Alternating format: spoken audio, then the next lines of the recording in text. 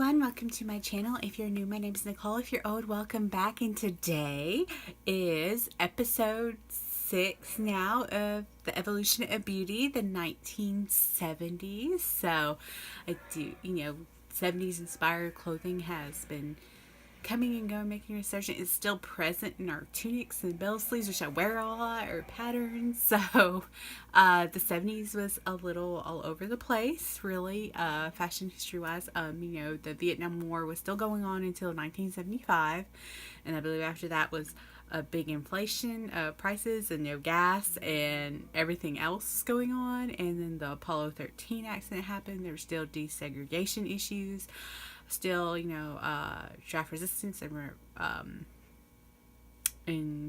avoidance, and still that, and then the Watergate scandal and all that, on the history side of it. Fashion wise, you still had the hippies like through most of the 70s, like beginning of the 60s.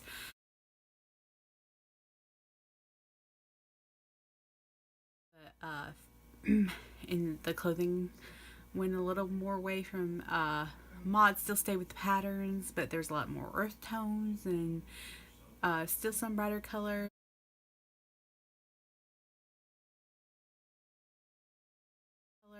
Halter tops became very popular, as did jumpsuits.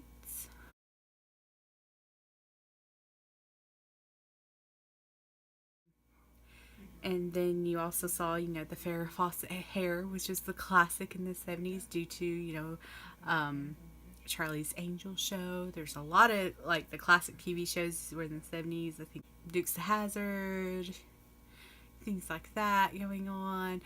And then on the music scene, the Beatles broke up in the 70s. The Led Zeppelin was around. Queen was formed, and making all their hits. And so was Black Sabbath and Pink Floyd, and Aerosmith was formed in the 70s. David Bowie, all that. So you think of classic rock was like in the 70s. And then also later on in the decade, disco and Motown. Like the Jackson 5, as teenagers and beyond, were very popular in all their matchy outfits, and just all the Motown legends and Donna Summers and Studio 54 and everything like that. Very wild party life, and anything goes, and you can wear bandos or bra, anything like that.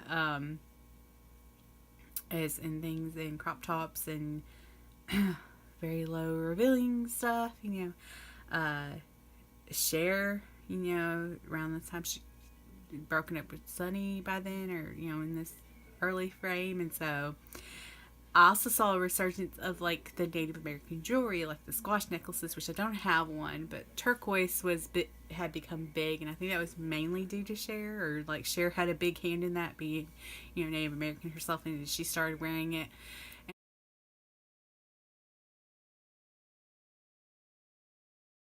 So it became a trend. So I whipped out some turquoise I have. Pardon my tarnished silver jewelry. It just is. Yeah, so let's talk about the makeup and hair. The hair, you had the Farrah Fawcett waves, the feathering. You could have a page boy look, have a ponytail.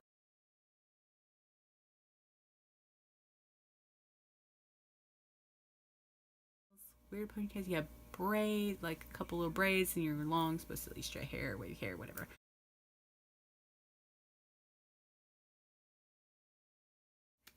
So we're going to go in makeup. Makeup, the foundation was kept light. Really just your skin tone, but like coverage. Some were like more natural skin. Some didn't wear any makeup. Some were just very, very natural makeup. But then there was a trend to a bolder eye. Now I noticed, like, I think on TV more. Like, it seemed like in TV, or the shots and stills I've seen of Charlie's Angels, they went for like more of a smoldering eye kind of thing.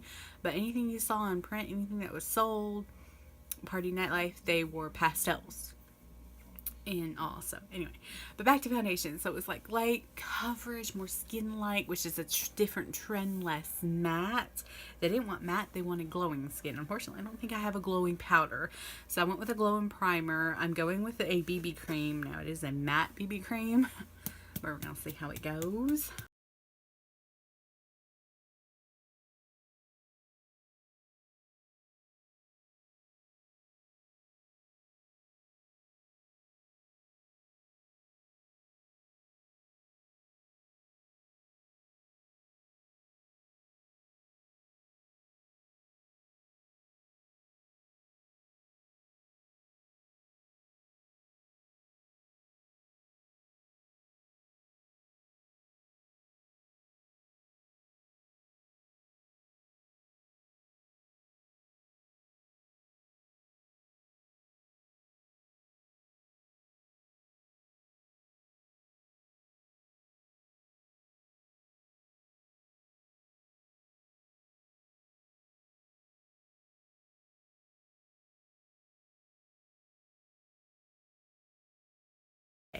One thing I will say, they left the brows pretty natural. Maybe just plucked a few stray hairs, if that, but they kept it really natural, really feathered kind of looking. The most they would do was take a clear brow gel, which I have an Anastasia one right here. I don't know if this is from Lori's giveaway. I think she gave me one, but I also had one in a Sephora play.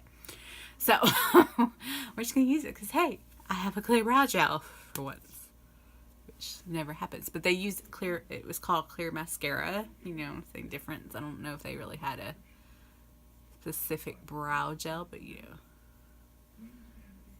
just to comb them and lay them down. Because now you really see the color come into play. They didn't do anything for the crease really, maybe for television, but even then it kind of almost looks like it was just one color for television. So like it was just like usually brown, neutral browns. Now remember, it wasn't Three's Company. No, thinking about that. Okay, the stills I saw for Charlie's Angels was that kind of eye, which mature environment. But I remember seeing like Three's Company. I think they would go for the colorful eyes, especially like Susan Summers. I think she went that way. The color they favored were blue, light blue, a lighter blue, a frosty blue, a frosty purple, like light purple, and other things. Sometimes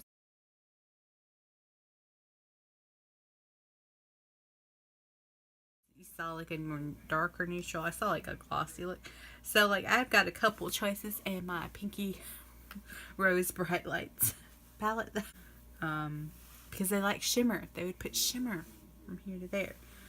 So I'm gonna take Glitz. She's like a teal, like light blue. See how that applies with this. Yeah, okay. And it basically would be one color. So we're gonna see if this like shows up enough. If it shows up enough, it's not gonna show up enough. Like not on this, but they would use that sponge applicator a lot. But I'm just gonna try to do this with one brush. We're gonna go over like there. There we go. And I'm gonna insert some pictures of the eyeshadows.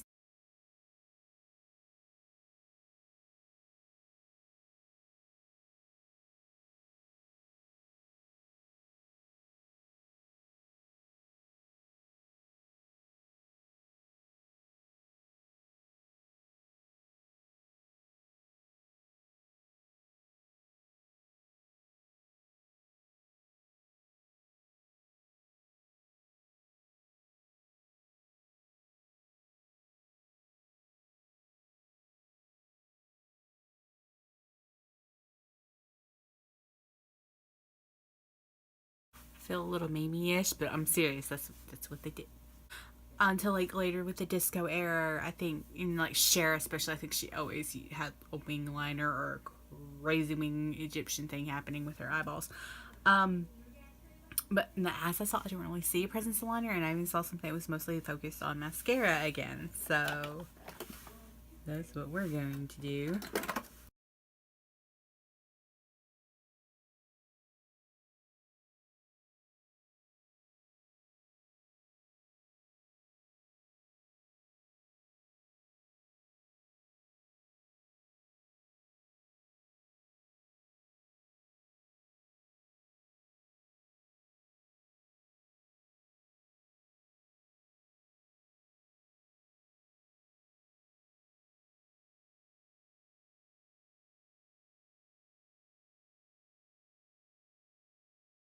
Thing was they liked rosy colored cheeks or pink cheeks. So that made a comeback from like the peaches and corals and stuff like that. So I'm going to go into Lena and change also replacement is just solidly like apples of your cheeks.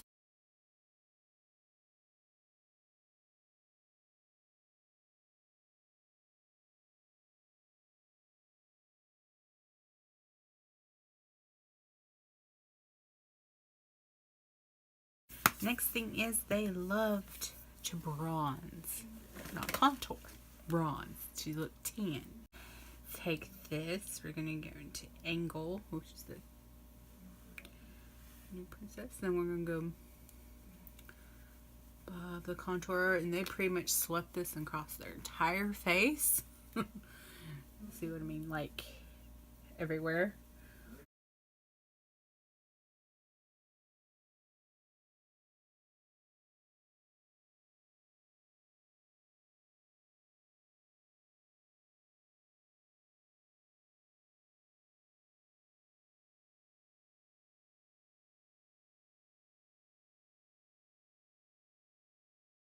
Little headband moment with the braids.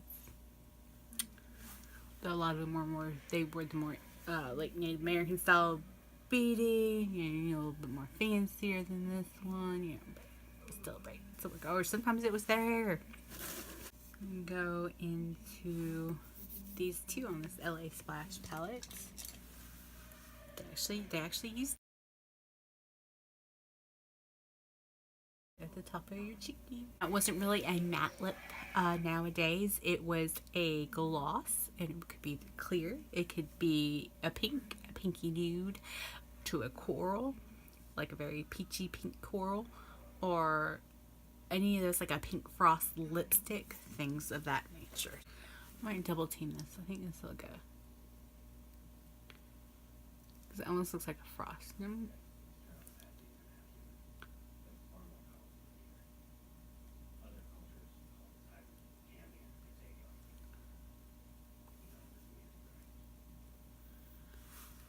Buxom Rose Dupe. That's like my Tarte double ended thing. What's it called? Lip Sculpture, lip glass, and basic. So it always looks more pink on me. It does look more pink. It almost looks like a frosty. That might be the color they always make for. But I'm gonna add a lip gloss.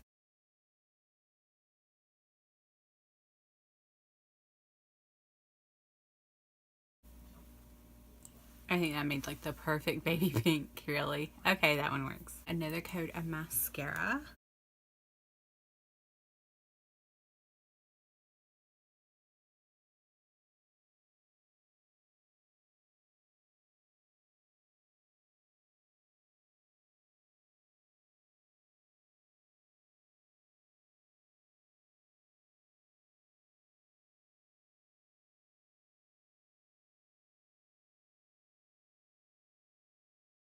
So anyway, there is my finished 70s look. I hope you enjoy. Or you like this look kind of crazy with the eyeshadow. Next to this mascara.